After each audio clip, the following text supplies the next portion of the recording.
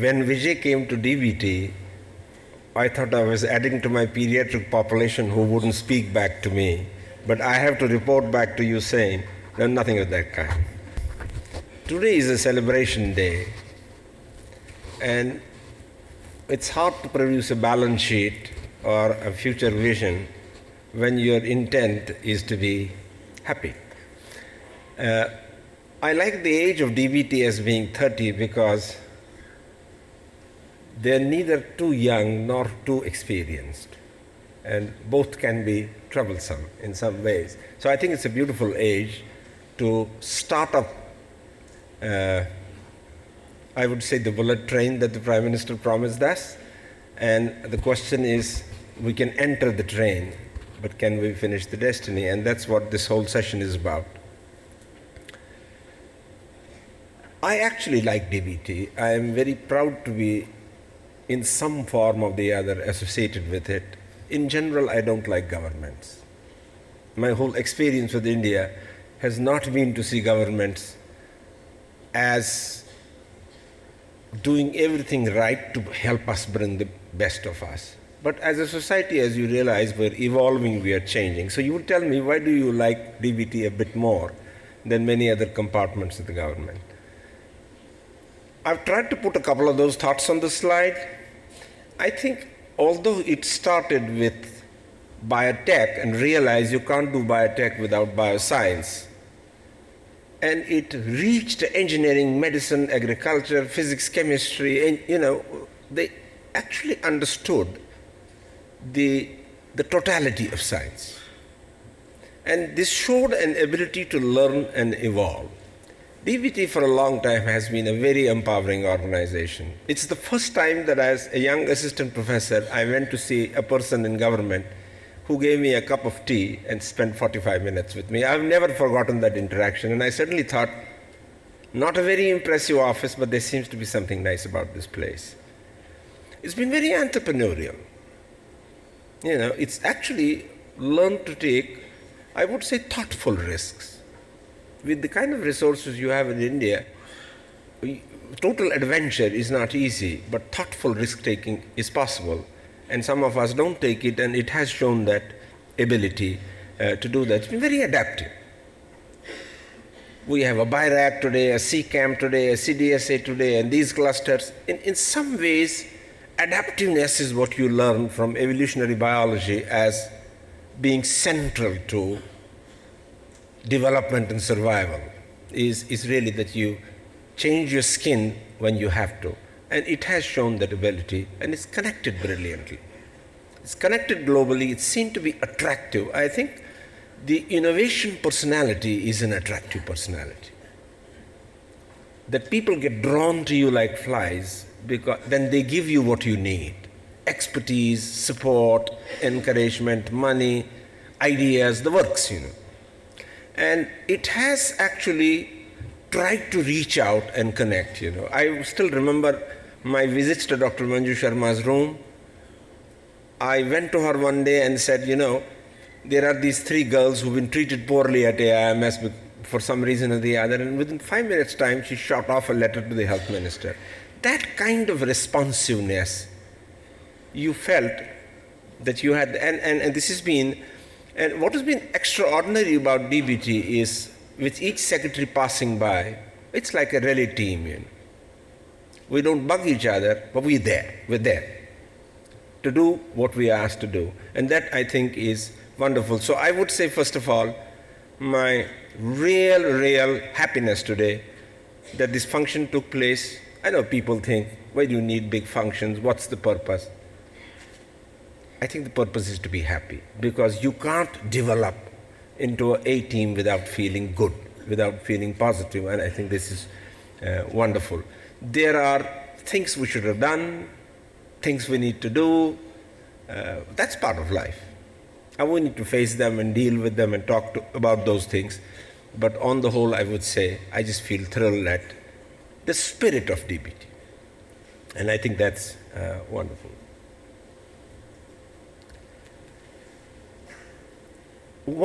A couple of thoughts that I would like to leave with the DBT folks here and with some of the scientific leaders we have here. is that in each century there has been a force.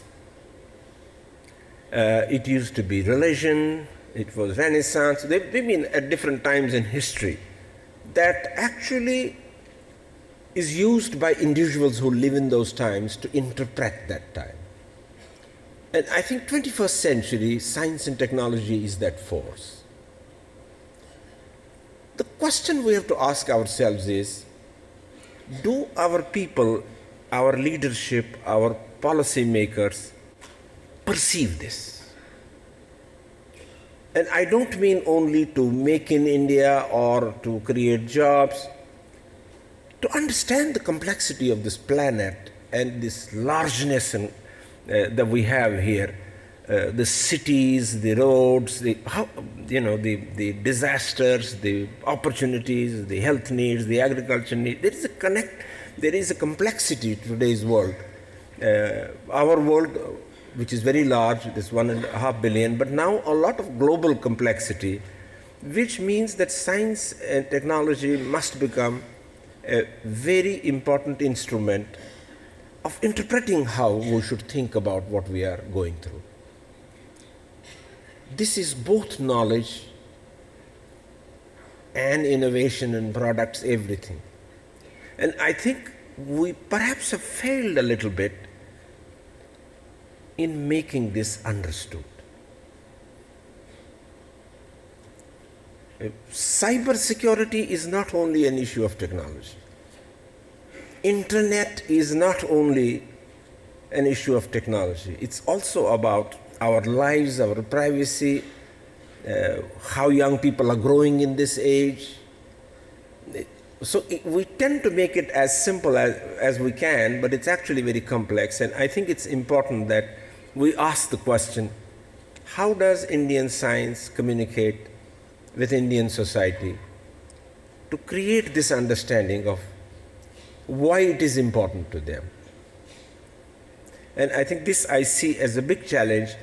I find it now priceless for the science community to have people who are great communicators, not of, we've done this, we've done that, of explaining the power of scientific approach to dealing with human life, And I think this is one issue that I would like to, next slide please.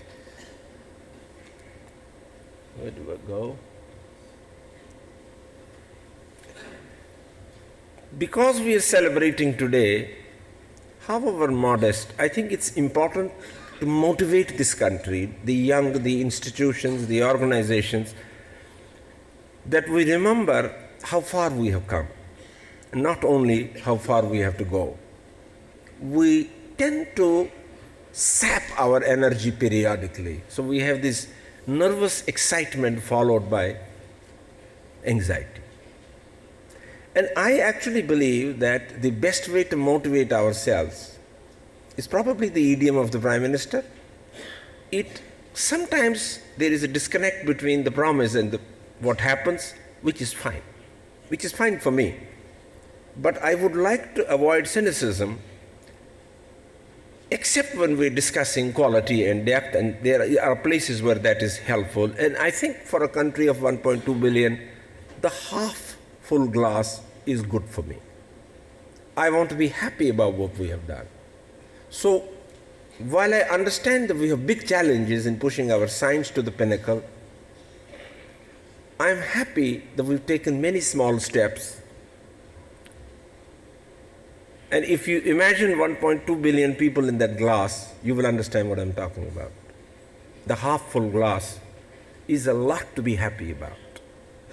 And that, I think, is important, and I would like to remind ourselves that we should not allow uncertainty to become the enemy of our future.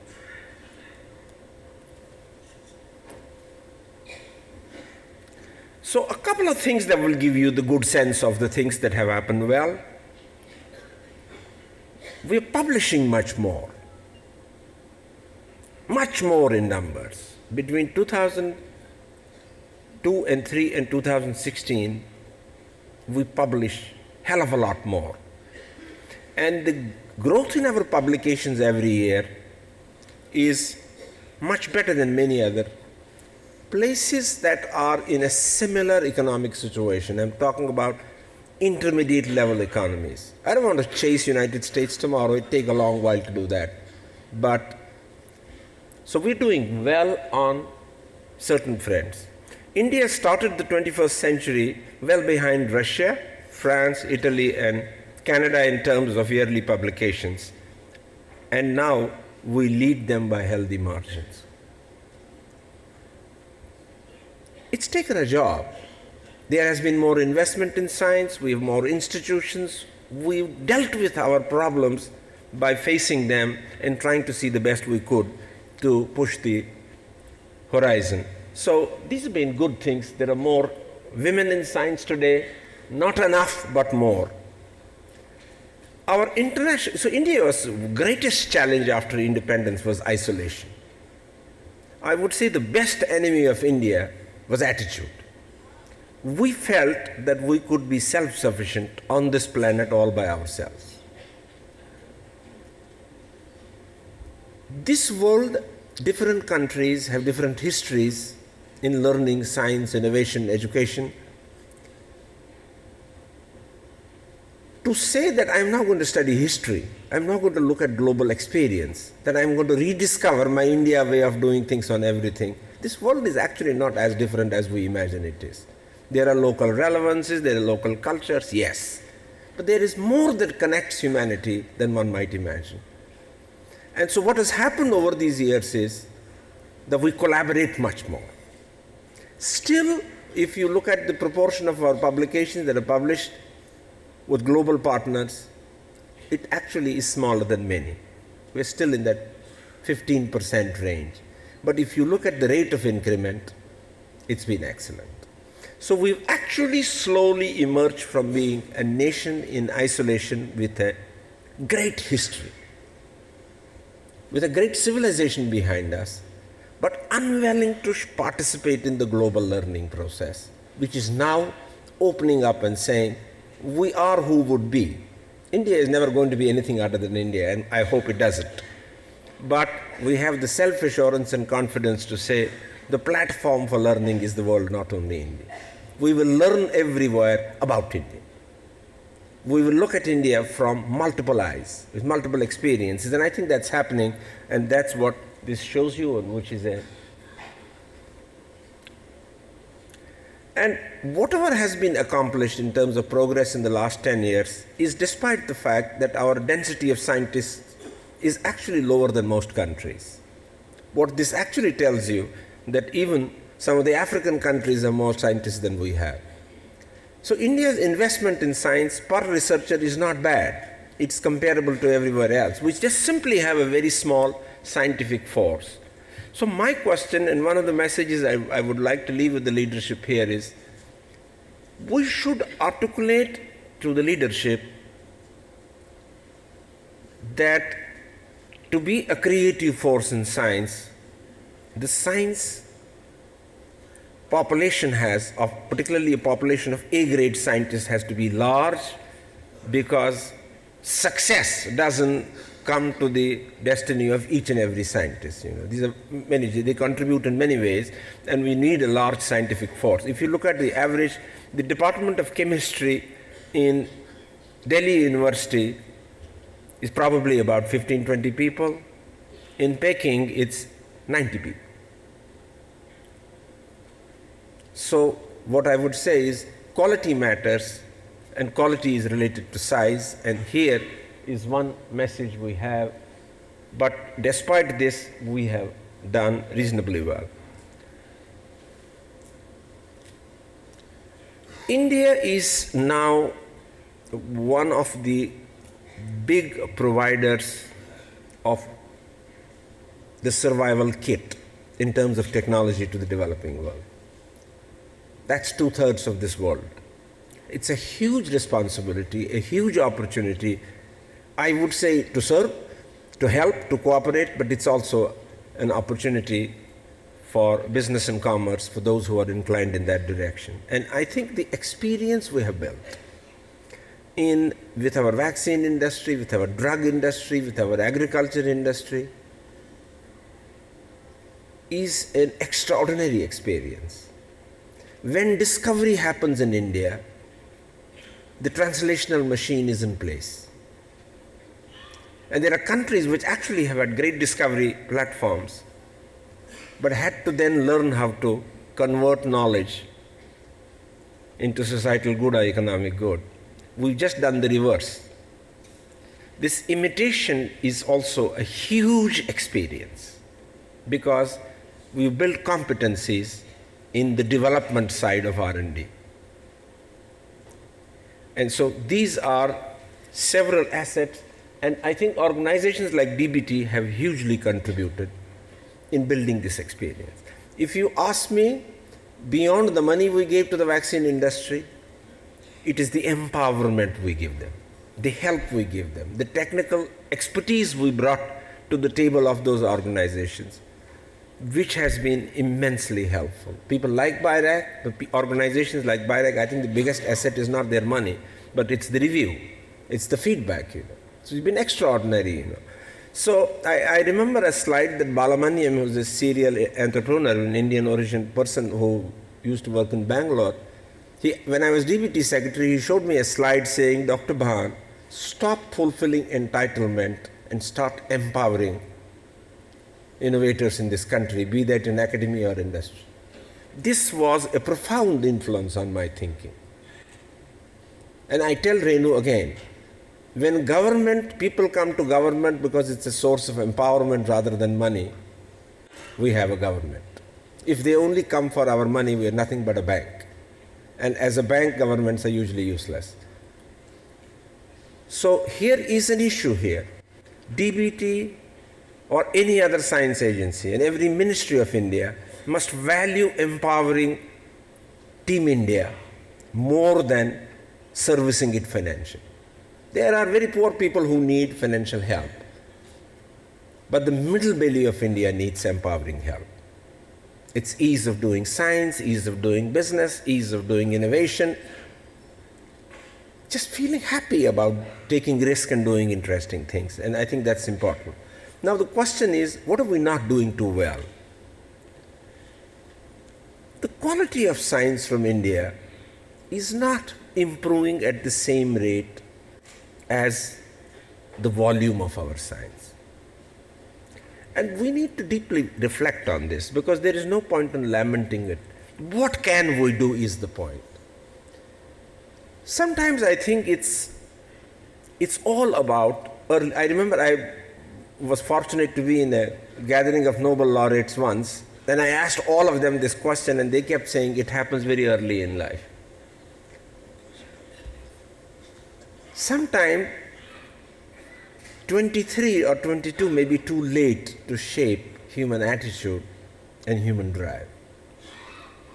So that's where fundamentally education is important. It's not education in a formal rote sense, but education that transforms and gives experience. Education that fuels desire and ambition and excitement in. And knowledge without experience never does that. So I think if you asked me one area in which both DST and DBT haven't succeeded, it is to influence what happens inside universities. They engage with them from outside. If you ask me, one of my biggest failures as the head of DBT for 10 years is I love the universities, but I couldn't influence them from inside. I couldn't influence IITs from inside. I couldn't be the insider outsider. And that doesn't require only money. It requires ideas, conversation, mutual sharing and learning, discourse. As they say, if you care about something, talk about it a million times. That conversation is not deep enough.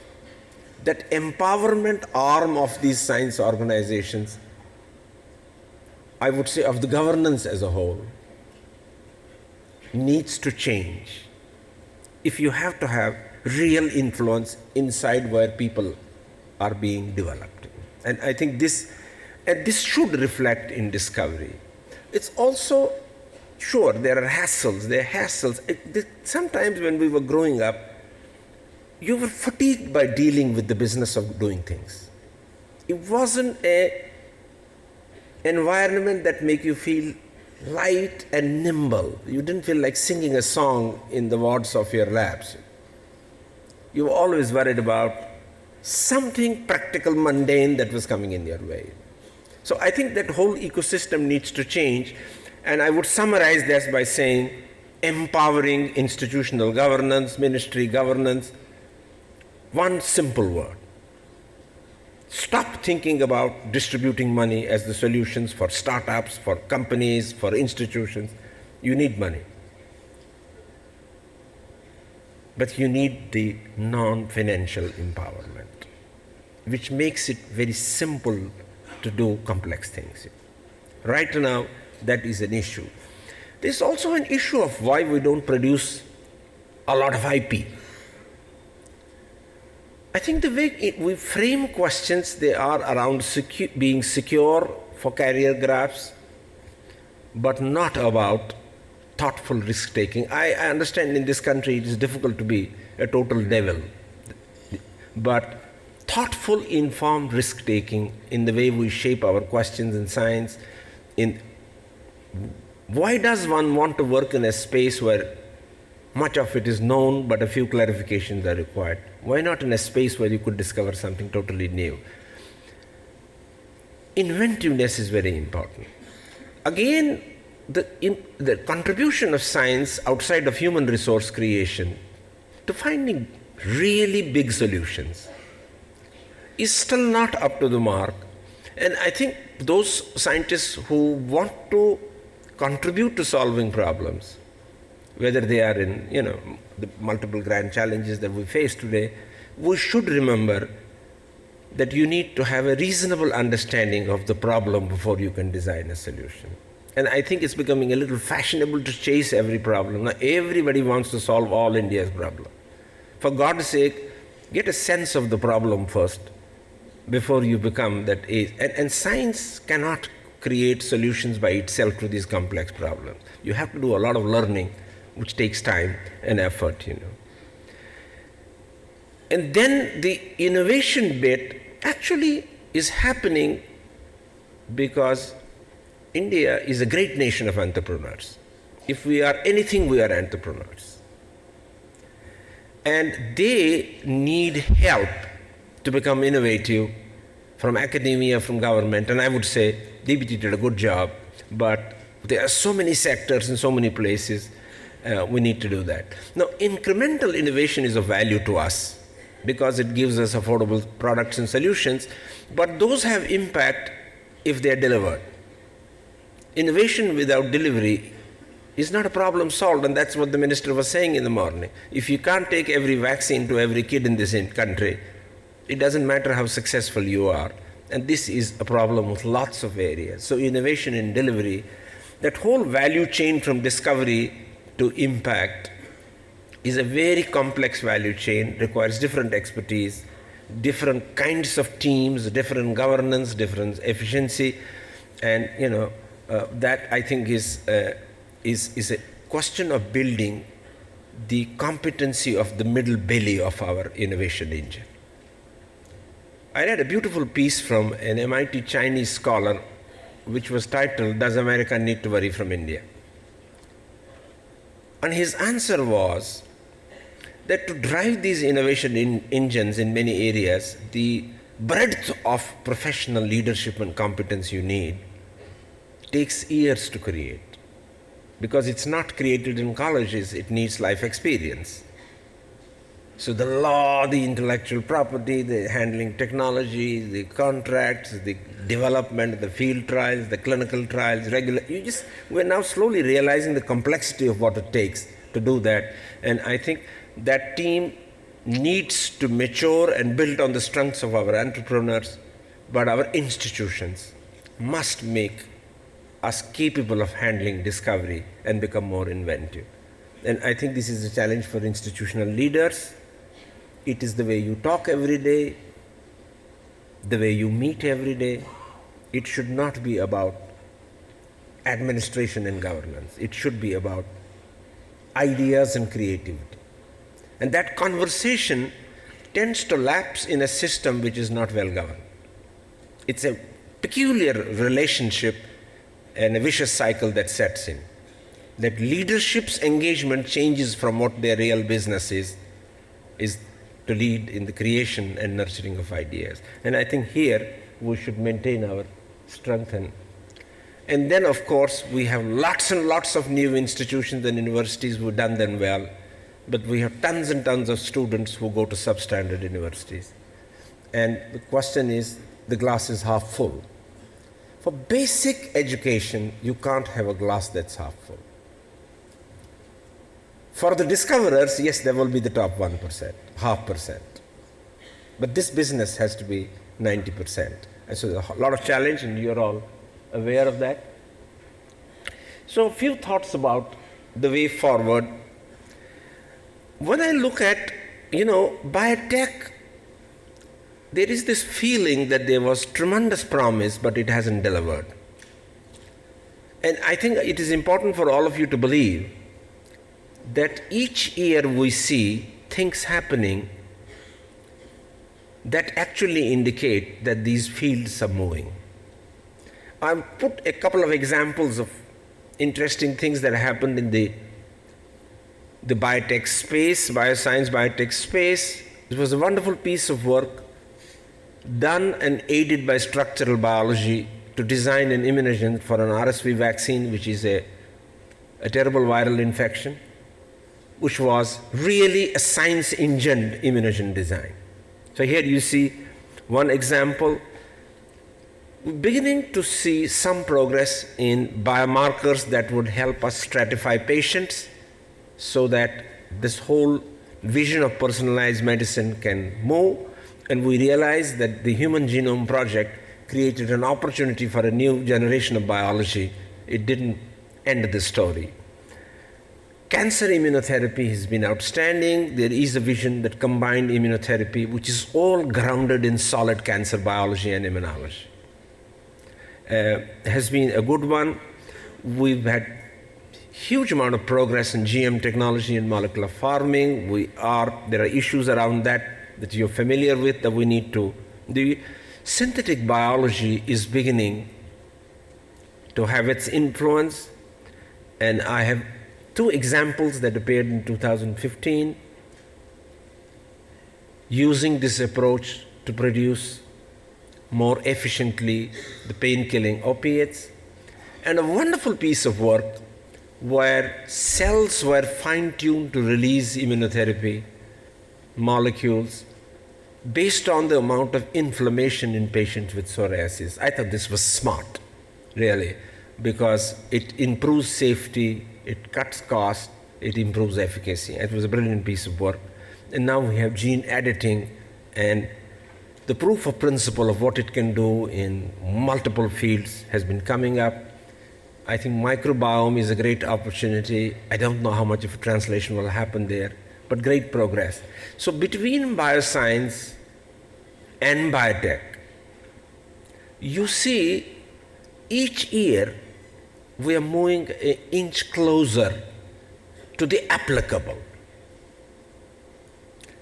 And so you have to keep this discovery engine to use what the Human Genome Project did for us, or discovering the genomes of animals, microbes, the whole world, now this gut microbiome. So I would say, is biotech and bioscience a hype? And my answer is a resolute no. I think transformation is ahead of us for next 30 years. And can DBT be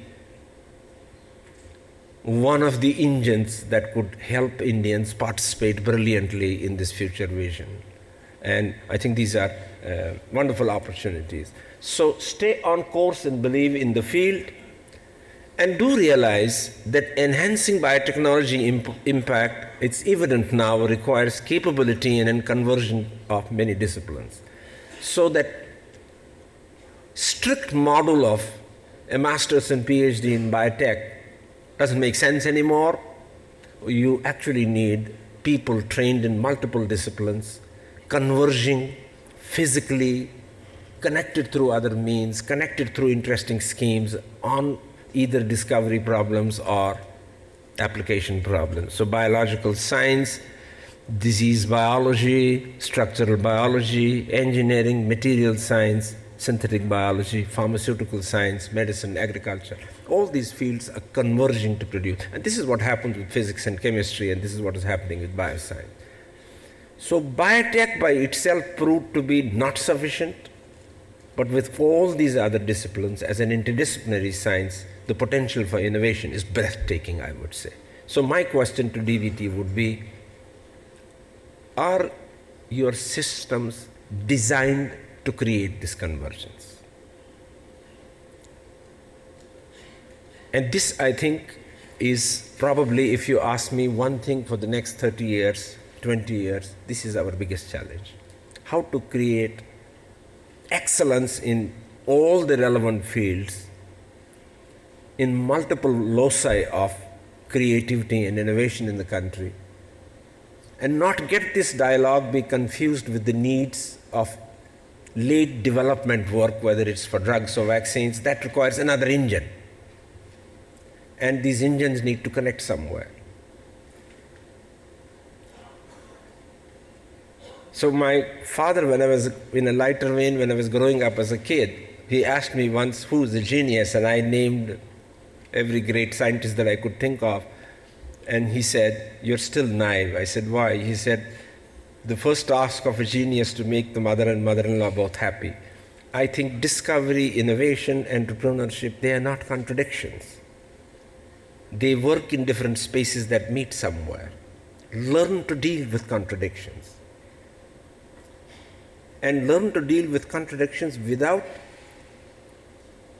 confusing positioning talk.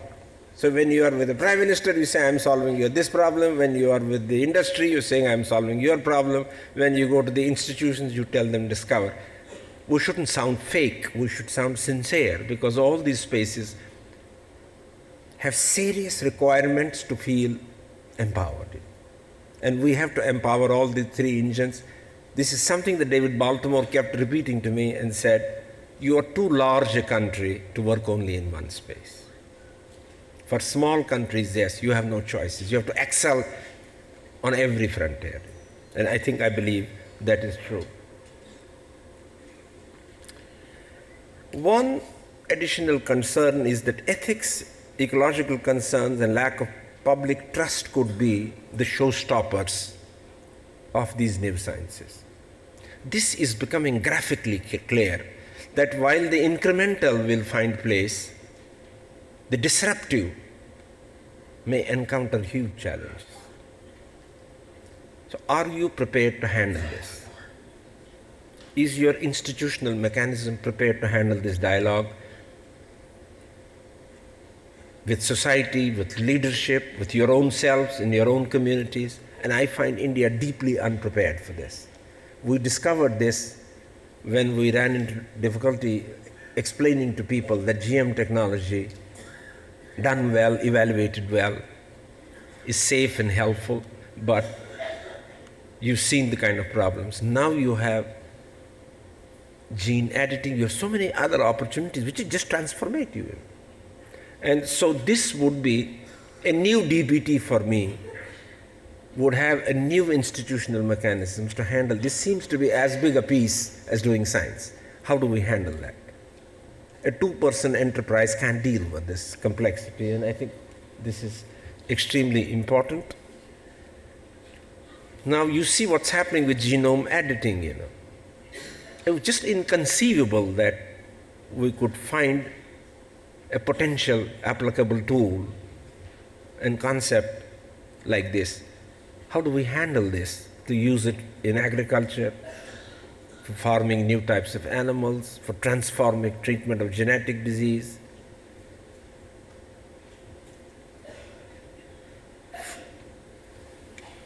Extremely important that we learn how to deal with these spaces.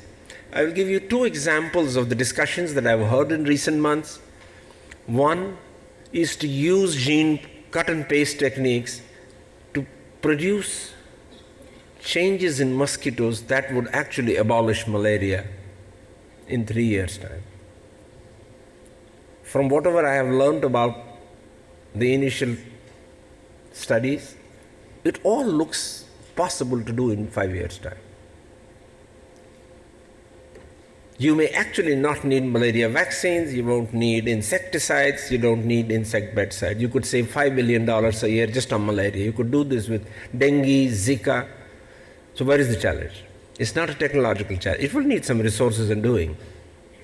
It's all ethics and ecology. So if you don't build this capacity to deal with this with maturity, with responsibility, with good documentation, with good analysis, with powerful communication, I don't think the hard sell is going to work in modern democracies. The hard sell doesn't work anymore. Democracy demands participation now, but it demands intelligent participation. My friend from Health Ministry is here. I was dealing with an environmental issue yesterday in a meeting, and when I entered, one of the senior people said, "Nobody seems to be bothered, why don't you just ban the damn thing?" And I told him, I don't want to contribute to a culture where decisions will be made without evidence, even if they are easy. So, enormous challenge to prepare ourselves institutionally to deal with this whole space is extremely important. The second side is about global collaboration. Sure, we have more partners in countries with agencies, and I think we've done a good job of it. But the global collaboration that is required to address big grand challenges of this world, we're not quite there. In governance, in coordination, in management, in institutional systems. I've given you a couple of examples of, IPCC, the kind of role it played, CGIR, enormously efficient in terms of input versus output.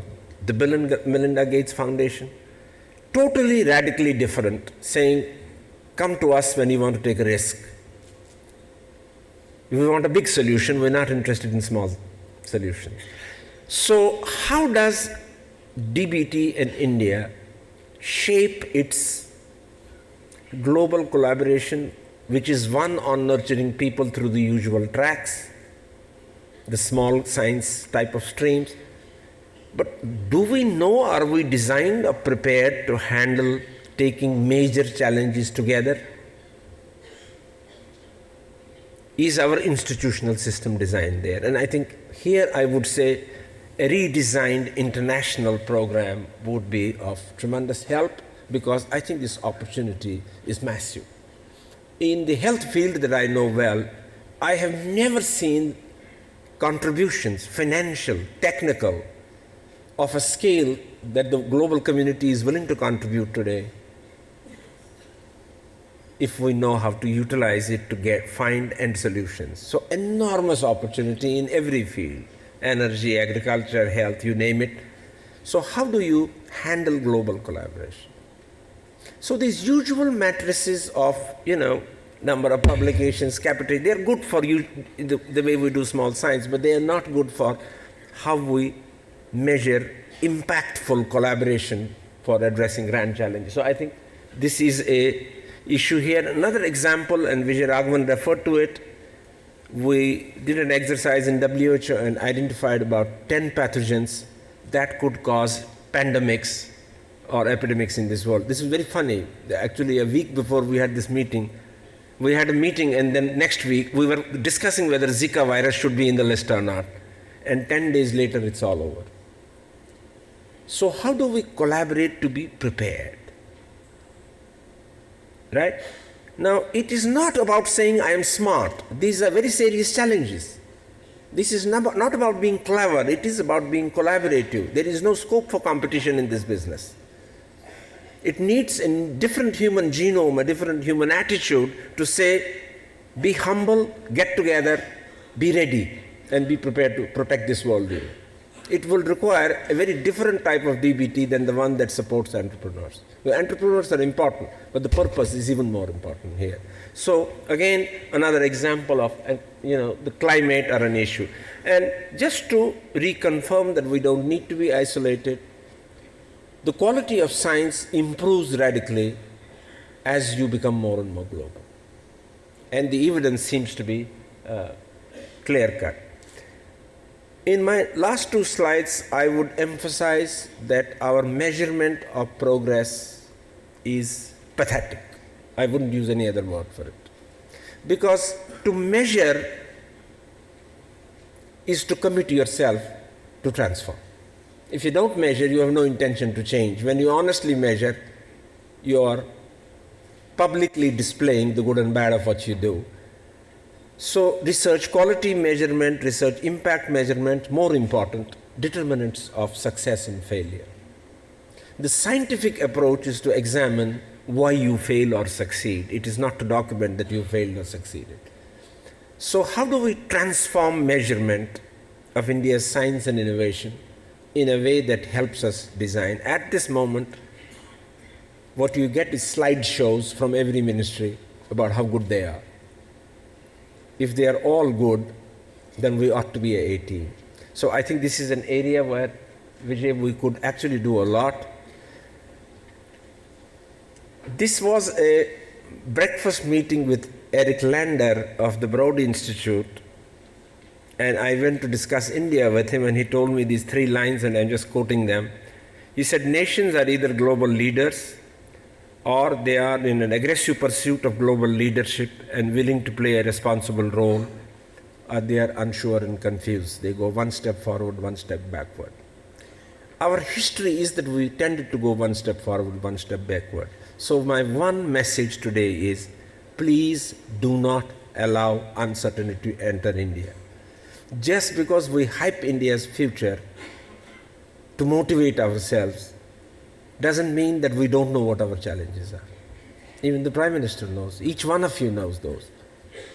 But if our intent to be a leader, not in an arrogant sense, but in a sense that a nation that can actually contribute to this world creatively, meaningfully, in different fields, then we need to get our attitude for future set.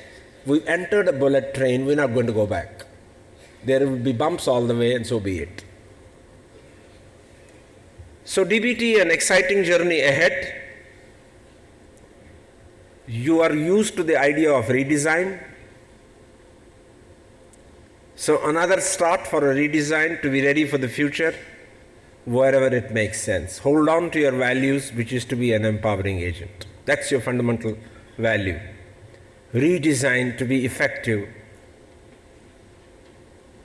to cover this entire chain from discovery to impact. So I wish you a wonderful future, and it's wonderful to be a part of you. Thank you very much.